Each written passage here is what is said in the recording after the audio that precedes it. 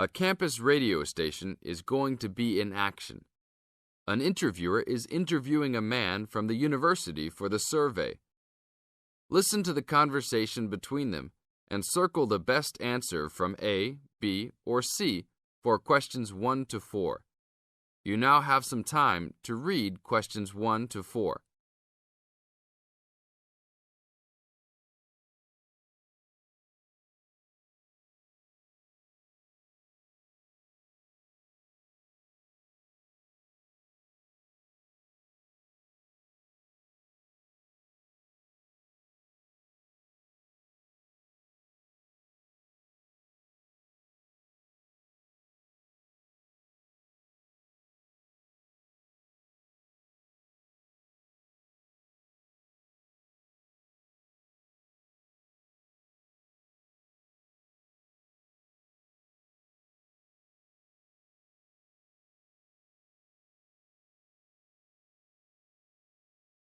Now, we shall begin.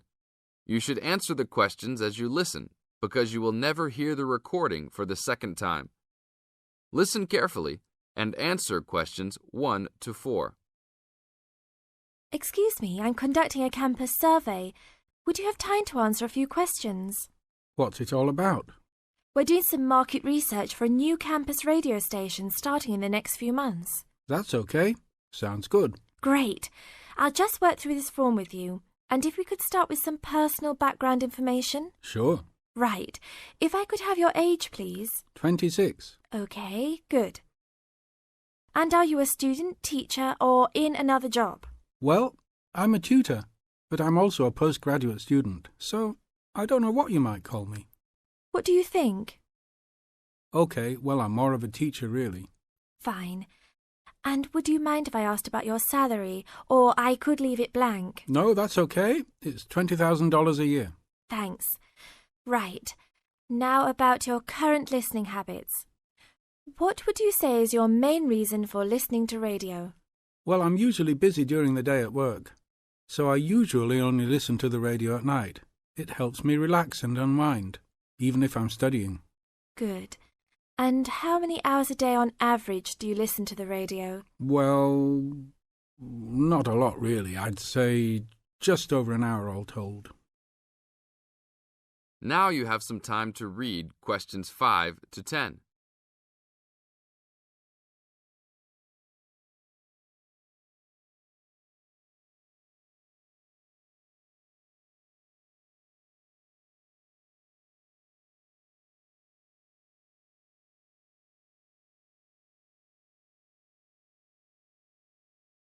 Now listen to the second part of the interview and answer questions 5 to 10. So, what are the 2 main times of the day that you listen to the radio? Well, for a little while around breakfast time, and then it tends to be later, after dinner, when I've finished any serious work I need to do. And what sort of radio programs do you like? I like the news, but I also like classical music. It helps me to relax. Fine. And turning to the new campus station, which type of programs would you prefer? I think the existing radio stations cater for my need for news. So I'd like to see programs about local information, providing a service to the campus community. And in the same vein, perhaps more for academic viewers, some lectures or relevant programs. I see. And if you had to give the new director some specific advice when they set up the station, what would you tell them? I think I'd advise them to be careful about the quality of the broadcasts. The sound system. There are a lot of radio stations and people can change their loyalty quickly if it doesn't meet their needs. I think they should do more of these kinds of interview too, talking with existing and potential customers. Oh, I'm pleased you think it's useful. Certainly, yeah. Good. Now, this station will not be fully funded by the university. So how often do you think it is tolerable to have adverts? I think, well, out of that list, I'd say every quarter of an hour. Of course, that's providing they don't last for 10 minutes each time. Oh, quite. And are you interested in attending any of the special promotions for the new station? Yes, I'd be happy to. as long as they're held on the campus or nearby. OK, I'll note that down. And finally, may we put you on our mailing list? Well, I'd prefer not, except for the information about the promotions you just mentioned. OK. Can I have your name and address? Of course. I have a card I can give you. Oh, great. And thanks a lot for your time, and we look forward to seeing you. Yeah, sure. Thanks. That is the end of part 1. You now have half a minute to check your answers.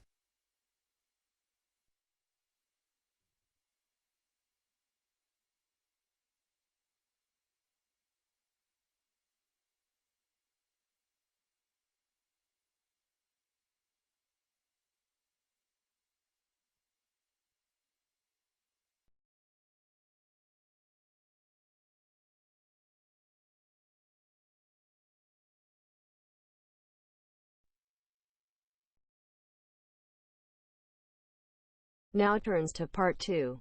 Part 2. You will hear a tour guide giving information about a shopping district. First, you have some time to look at questions 11 to 15.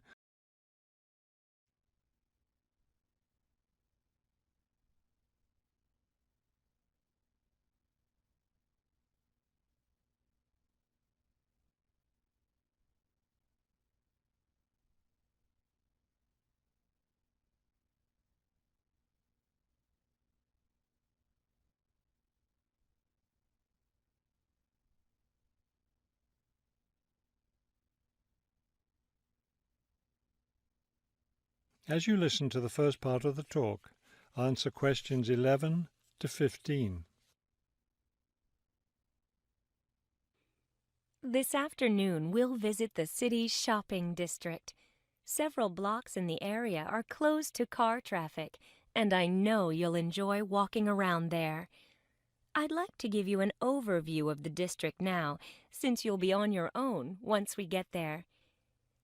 You'll see on this map here that the shopping district consists of 2 streets, Pear Street, which runs north and south, and Cherry Street, which crosses Pear Street right here. Let's start our tour here on Pear Street, where the star is. This star marks the Harbor View Bookstore. It's very popular among locals as well as tourists. You can buy a range of books of local interest, as well as a variety of magazines and newspapers. It's directly across the street from the city library, which is also worth a visit. It's in one of the oldest buildings in the city and contains, among other things, an interesting collection of rare books. Now, moving up Pear from the bookstore toward Cherry, the next building on the left is the Pear Cafe. You'll notice it's right on the corner of Pear and Cherry Streets. It's a great place to relax while enjoying a delicious cup of coffee or tea. You can talk with friends or read quietly. They have a variety of books and magazines available. From the windows of the cafe, you can look right across Cherry Street for a lovely view of city gardens. It's a rather small garden, but it contains a variety of exotic plants and flowers. Let's leave the cafe and cross Pear Street. On the opposite corner, we're at Caldwell's Clothing Store, which you might also want to visit. They sell both men's and women's fashions from countries around the world. Continuing down Cherry Street, the next building on the right after Caldwell's is the souvenir shop. Stop in here to get maps and books about the local area, as well as t-shirts and postcards with pictures of the city. Now, we cross Cherry Street and we're at the Art Gallery, one building down from the corner. Here you can see, and of course purchase, many fine paintings and sculptures by local artists. Let's keep going down Cherry Street toward the harbor. On the left, right after the gallery, is Harbor Park. It's a lovely place, and it's certainly worth spending some time there. Before you hear the rest of the talk, you have some time to look at questions 16 to 20.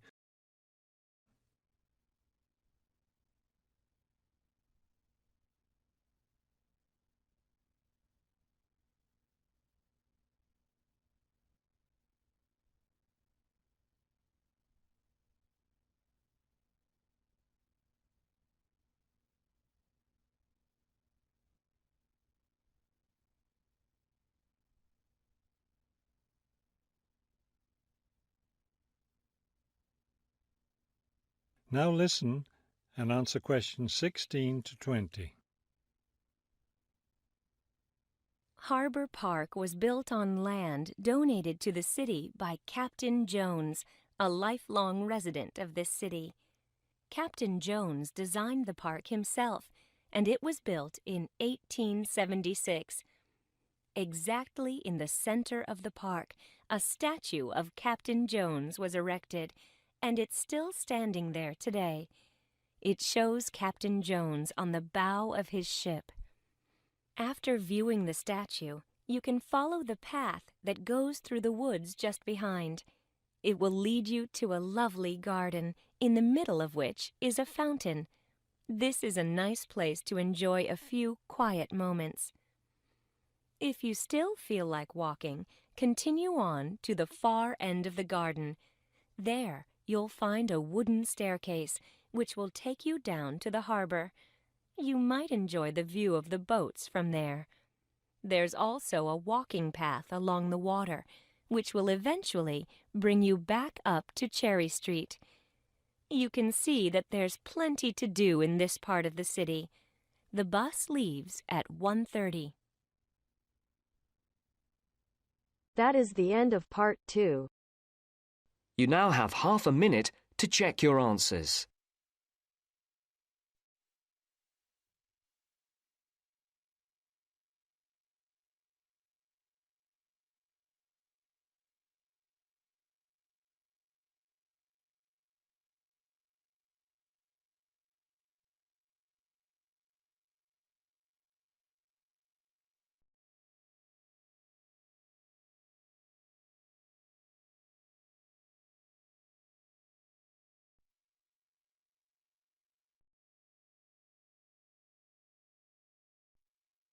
Now turns to part 3. Part 3. I have with me today Matthew East, a registered osteopath and a supporter of alternative techniques in healthcare. Matthew, can you tell us more about osteopathy? First, you have some time to look at questions 21 to 26.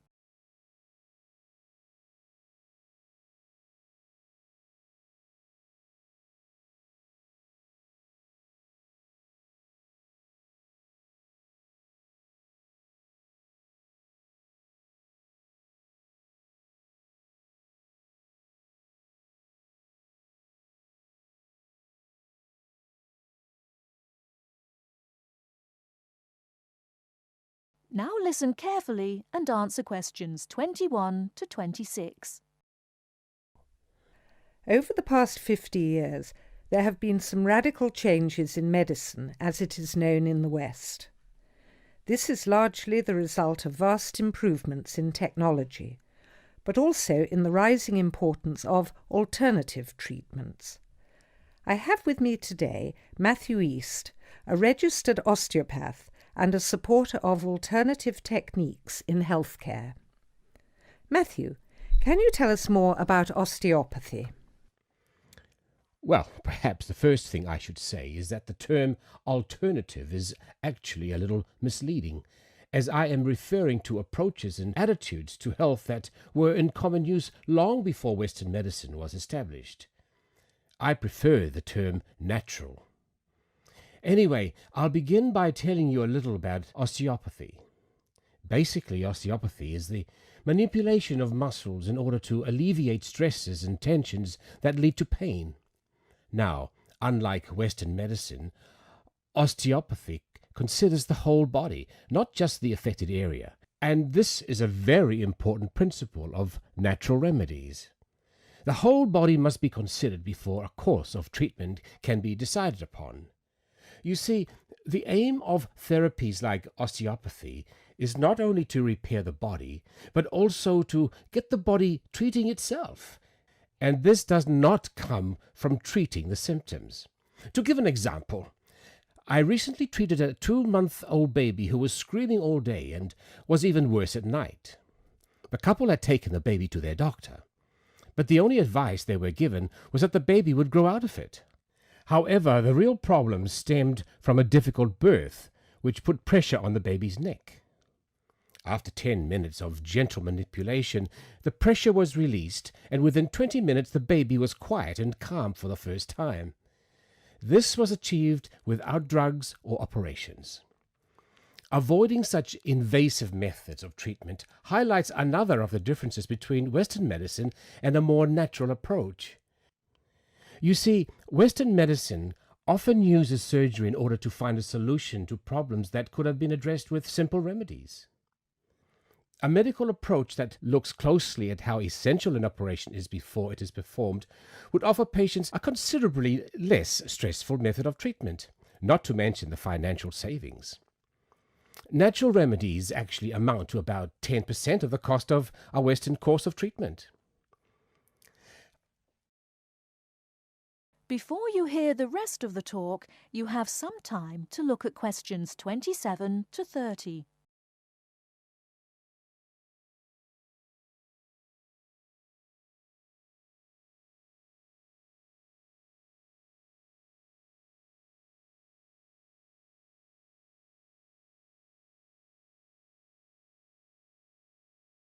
Now listen and answer questions 27 to 30.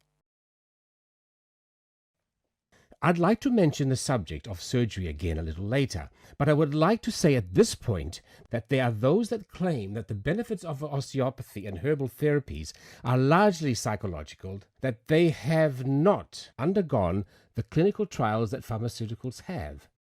To answer that, you only need to look at the example I gave earlier of the baby that stopped crying less than an hour after treatment, but was obviously far too young to react because of purely psychological factors. Another example can be seen in the successful use of acupuncture in the treatment of animals. In response to criticism regarding clinical trials, it is worth noting that the power of pharmaceutical companies is such that, although some drugs fail the standards required of them, they are sometimes still prescribed by doctors. Moving on to another point, it should be stressed that natural remedies, in addition to having no side effects, can also be applied to any patient. Now, I'm not suggesting that the same treatments are used indiscriminately. Although natural remedies can be used with any age group, the treatment selected is very specific to the person. By this I mean that not only the general health of the patient needs to be considered, but also their habits, diet, and lifestyle in order to build a complete picture. However, I am not suggesting that we should reject Western medicine entirely. In fact, there have been occasions when I have referred patients to their doctor, as I felt that in those cases it was the most suitable course of action. There are many situations in which it is by far the best option. Take emergency surgery, for example. Obviously, more natural remedies do not provide the speed required in such cases. The best solution would therefore be an open-minded combination of the two forms. Well, thank you very much, Matthew. That was a very interesting insight into natural treatments. Next week, we'll be inviting Dr. Moore. That's Moore, onto the programme to argue his case as a doctor. Until next week, then, goodbye. That is the end of part 3.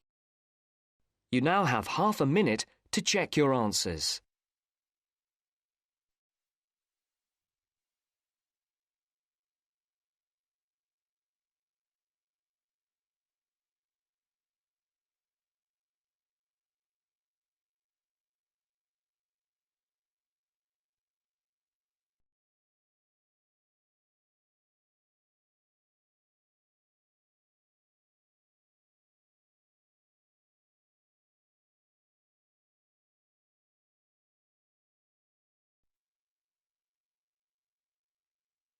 Now turns to Part 4. Part 4. You're going to hear a lecture on some useful information for your travelling around Britain. Listen to the first part of the lecture and complete the notes below. First, you have some time to look at questions 31 to 40.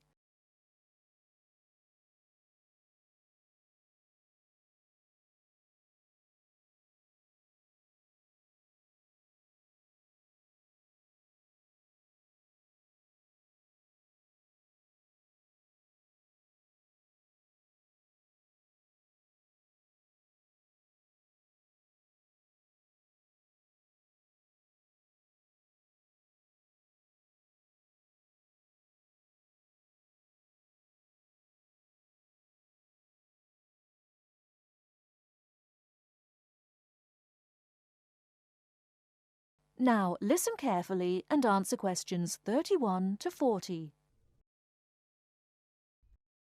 Good afternoon and welcome to the session on Britain.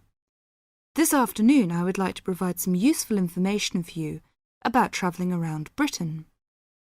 Britain has over 700 tourist information centres.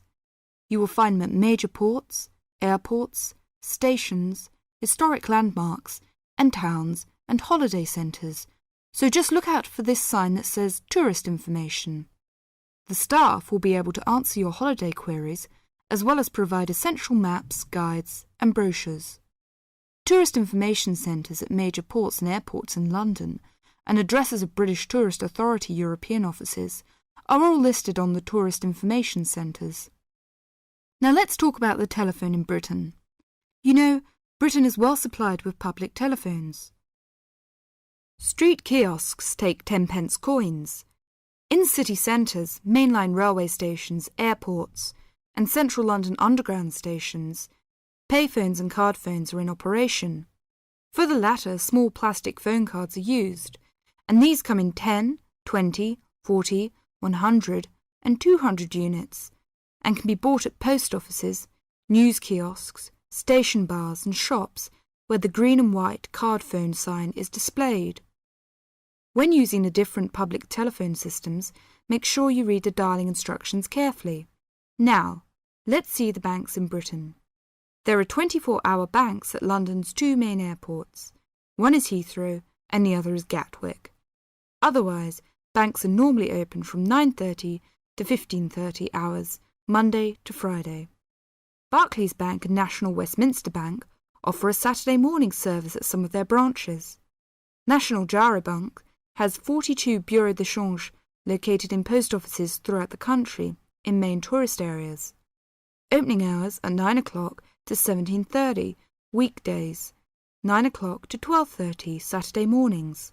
One exception to this is the Trafalgar Square office, whose opening hours are 8 o'clock to 20 o'clock weekdays and Saturdays, and 10 o'clock to 17 o'clock on Sundays. The bureau de change services are available to overseas visitors. Visitors can change their money there. You can also change money at bureau de change, large hotels, department stores and travel agents. Be sure to check in advance the rate of exchange and the commission charged, as these vary considerably. Wherever possible, you are advised to use a bank or bureau de change, which conforms to the BTA Code of Conduct. In most cases, this is indicated by display of the code. That is the end of Part 4. You now have half a minute to check your answers.